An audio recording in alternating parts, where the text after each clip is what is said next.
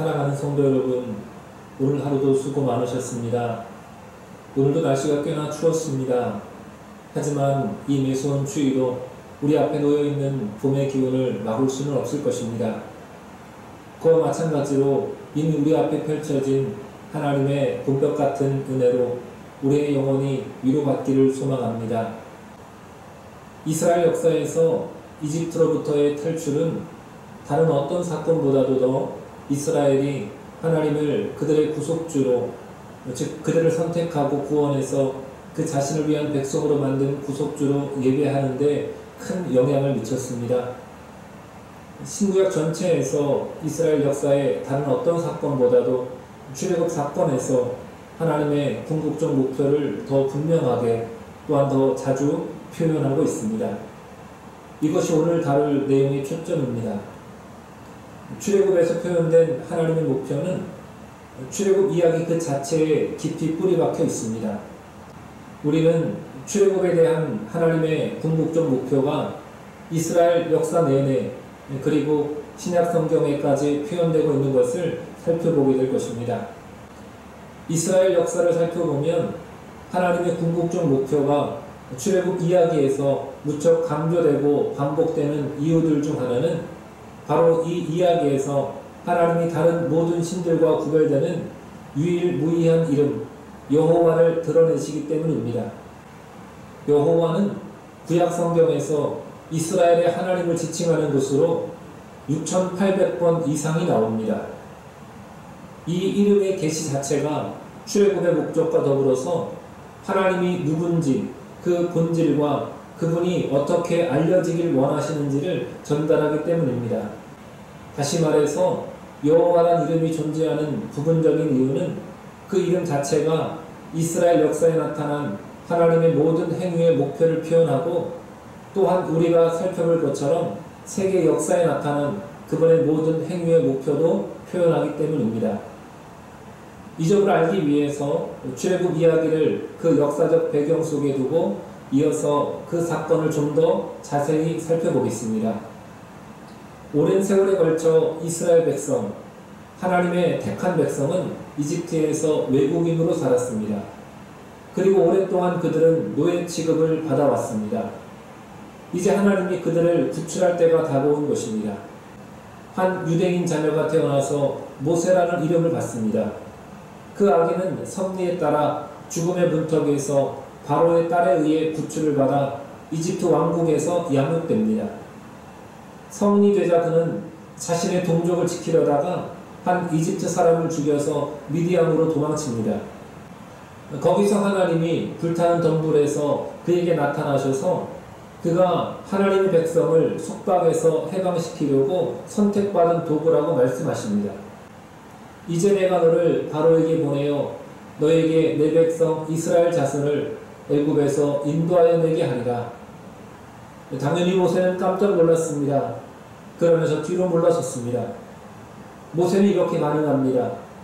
모세가 하나님께 아뢰되 내가 누구에게 바로에게 가며 이스라엘 자손을 애굽에서 인도하여 내리까? 하나님이 이렇게 대답하십니다. 내가 반드시 너와 함께 있으리라. 내가 그 백성을 애굽에서 인도하여 낸 후에 너희가 이 산에서 하나님을 섬기리니 이것이 내가 너를 보낸 증거니라. 이후 모세는 하나님이 바라신 역사상 가장 중요한 진술 중에 하나로 우리를 인도합니다. 바로 여호와라는 그분의 이름을 계시하는 장면입니다.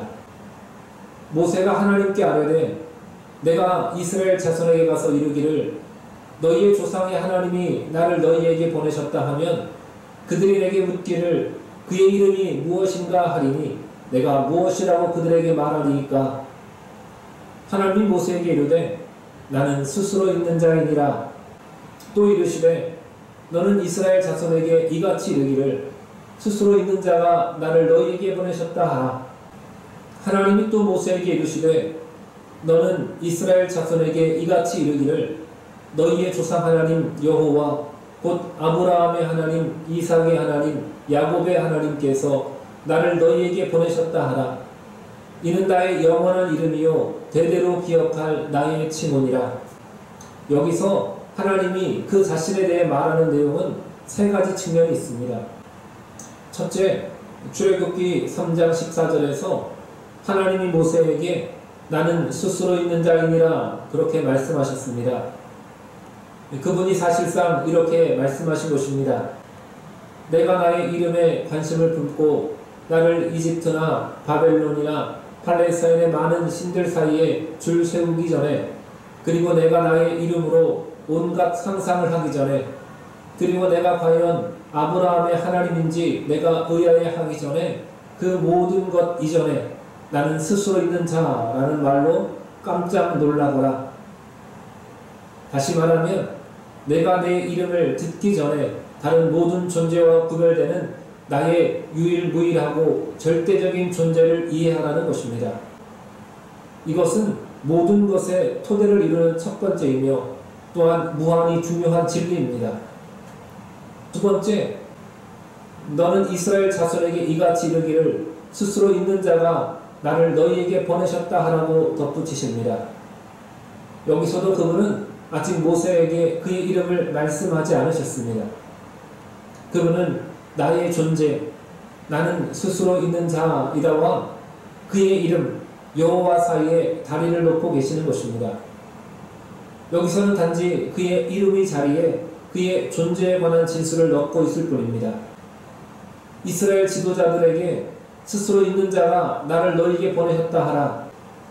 절대적인 존재가 나를 너에게 보낸 것이라고 말하라는 것입니다. 세 번째, 출애굽기 3장 15절에서 하나님은 또한 모세에게 이렇게 말씀하십니다. 너는 이스라엘 자손에게 이같이 이르기를 너희 조상의 하나님 여호와 곧 아브라함의 하나님, 이삭의 하나님, 야곱의 하나님께서 나를 너에게 보내셨다 하라. 이는 나의 영원한 이름이요 대대로 기억할 나의 칭언이라. 마침내 하나님은 우리에게 그의 이름 여호와를 주십니다. 이후로 하나님께서 그 자신에 대해서 6,800번이나 말씀하십니다.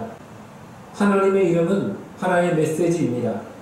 그리고 그 메시지는 그분이 어떻게 알려지길 원하는가 하는 것입니다. 그분의 이름이 나타날 때마다 그분은 우리에게 그의 유일무이한 존재를 상기시켜 주기를 원하십니다. 여러분은 여호와라는 이름, 나는 스스로 있는 자라는 말씀의 의미를 깊이 있게 생각해 본 적이 있으십니까? 이 나는 스스로 있는 자라는 말씀은 적어도 다음 10가지 정도의 의미를 담고 있습니다. 첫째, 나는 스스로 있는 자란 그분이 결코 출발점이 없다는 뜻입니다. 무슨 말입니까? 어떤 어린아이는 누가 하나님을 만들었어요? 이렇게 질문할 수 있습니다. 그러면 현명한 부모는 아무도 하나님을 만들지 않았단다. 하나님은 그냥 존재하시고 언제나 존재했던 분이란다. 시작이 없는 분이다. 라고 대답할 것입니다.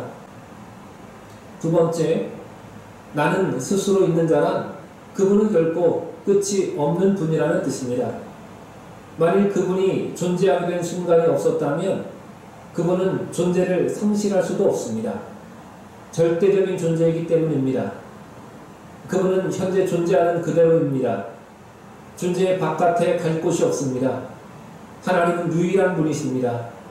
하나님이 창조하시기 전에는 오직 하나님밖에 존재하지 않았습니다. 셋째, 나는 스스로 있는 자란 그분이 절대적 실제라는 뜻입니다. 그분 이전에 다른 실제는 없었습니다. 그분이 원해서 만들지 않는 한 그분 바깥에 어떤 실제도 없습니다. 하나님은 그분이 창조하기 이전에 존재했던 많은 실제들 중 하나가 아니라 그분은 그냥 절대적 실제로서 거기에 존재하십니다. 그분은 영원히 존재했던 전부이십니다. 어떤 공간, 어떤 우주, 어떤 허공도 없었습니다. 오직 하나님만 절대적으로 거기 계셨고 절대적으로 전부셨습니다. 네 번째, 나는 스스로 있는 자란 하나님이 완전히 독립적인 분이란 뜻입니다. 그분은 그를 존재하게 하거나 그를 지지하게 하거나 그를 자문하거나 그를 현재의 모습으로 만들어주는 그 어떤 것에도 의존하지 않습니다. 그분은 아무 것에도 의존하지 않는다는 말입니다.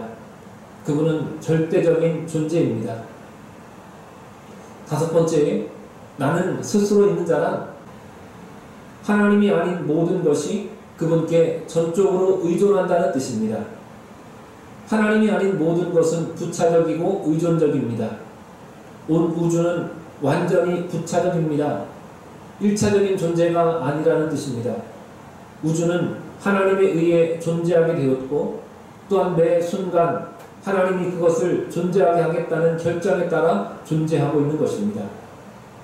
6번째, 나는 스스로 있는 자란 온 우주가 하나님에 비하면 아무것도 아니라는 뜻입니다.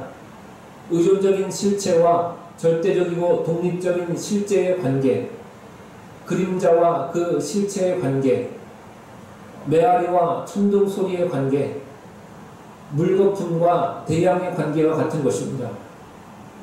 우리가 눈으로 보는 모든 것, 이 세계와 은하계에서 우리를 놀라게 하는 모든 것은 하나님과 비교하면 아무것도 아닙니다. 그의 앞에는 모든 열방이 아무것도 아니라 그는 그들을 없는 것 같이 빈 것 같이 여기시느니라. 7번째, 나는 스스로 있는 자란 하나님은 한결같다는 뜻입니다. 그분은 어제나 오늘이나 영원히 동일하십니다. 그분은 더 나아지실 수 없습니다. 그분은 어떤 것이 되고 있는 존재가 아닙니다. 그분은 현재의 모습 그대로입니다. 하나님은 더 발전하는 분이 아닙니다. 진보가 없습니다. 절대적 완성은 개선될 수 없는 법입니다. 8번째, 나는 스스로 있는 자란 그분이 진, 선, 미의 절대적 표준이라는 뜻입니다. 그분이 무엇이 옳은지를 알려고 찾아볼 율법책은 없습니다. 사실을 확증하려고 찾아볼 영감도 없습니다. 무엇이 탁월하거나 아름다운 것인지를 결정하려고 물어볼 단체도 없습니다. 그분 자신이 옳은 것과 참된 것과 아름다운 것의 표준이 되십니다. 9번째, 나는 스스로 있는 자란 그분이 자기가 기뻐하는 것이면 무엇이든 행하시고 그것이 언제나 옳고 언제나 아름답고 언제나 진실에 부합한다는 뜻입니다. 그분이 기뻐하시는 일을 못하도록 그분을 방해할 수 있는 그분 밖에서 오는 제약은 하나도 없습니다. 그분 밖에 존재하는 모든 실체는 그분이 창조했고 계획했고 다스리는 것입니다. 그래서 그분은 그의 뜻의 방침에서 나오지 않는 어떤 제약으로부터도 완전히 자유로운 것입니다. 마지막 10번째, 나는 스스로 있는 자란 그분이 가장 중요하고 가장 고귀한 실제이시고 우주에서 가장 중요하고 가장 고귀한 인격이라는 뜻입니다. 그분은 온 우주를 포함한 다른 모든 실체들보다 더 관심과 주목과 흠모와 향유를 받으실 만한 자격이 있으신 분입니다. 이것이 하나님의 이름에 주는 메시지입니다. 그리고 출애굽에서 그분은 그의 이름과 이스라엘을 속박해서 구출하시는 그 막강한 행동 사이에 영원한 연물고리를 만드십니다. 출애굽의 사건과 하나님께서 자기 이름을 계시하시는 때는 우연히 일어난 사건이 아닙니다. 하나님은 구원하러 오시고 있습니다. 이 매서운 추위 속에서도 봄이 오는 것처럼 말입니다. 이스라엘은 이 구원의 하나님이 누군지를 알고 싶었을 것입니다. 하나님의 메시지는 이것입니다. 그들에게 내 이름이 여호와라고 말해주고 이것이 무슨 뜻인지를 분명히 알려주어라. 나는 절대로 자유롭고 독립적인 존재이다. 그리고 나는 내 백성을 구원하기로 자유로이 선택한다. 내 존재의 자유와 내 사랑의 자유는 하나이다. 이것이 오늘 우리에게도 주시는 메시지입니다. 주님의 이름을 부르는 모든 자들에게 구원의 은혜가 있을 것입니다. 기도하겠습니다. 살아계신 하나님 아버지, 오늘은 주께서 출애굽의 여정 속에 그의 이름을 나타내시며 저들에게 생명의 구원을 약속하신 것을 보게 되었습니다. 하나님, 오늘도 절대적인 하나님께서 우리에게 동일하게 약속하신 줄로 믿사오니 날마다 주님을 소망하며 그 앞에 순종하는 저희들의 삶이 되게 하여 주옵소서. 함께 하실 줄로 믿사오며 예수님의 이름으로 기도드리옵나이다. 아멘.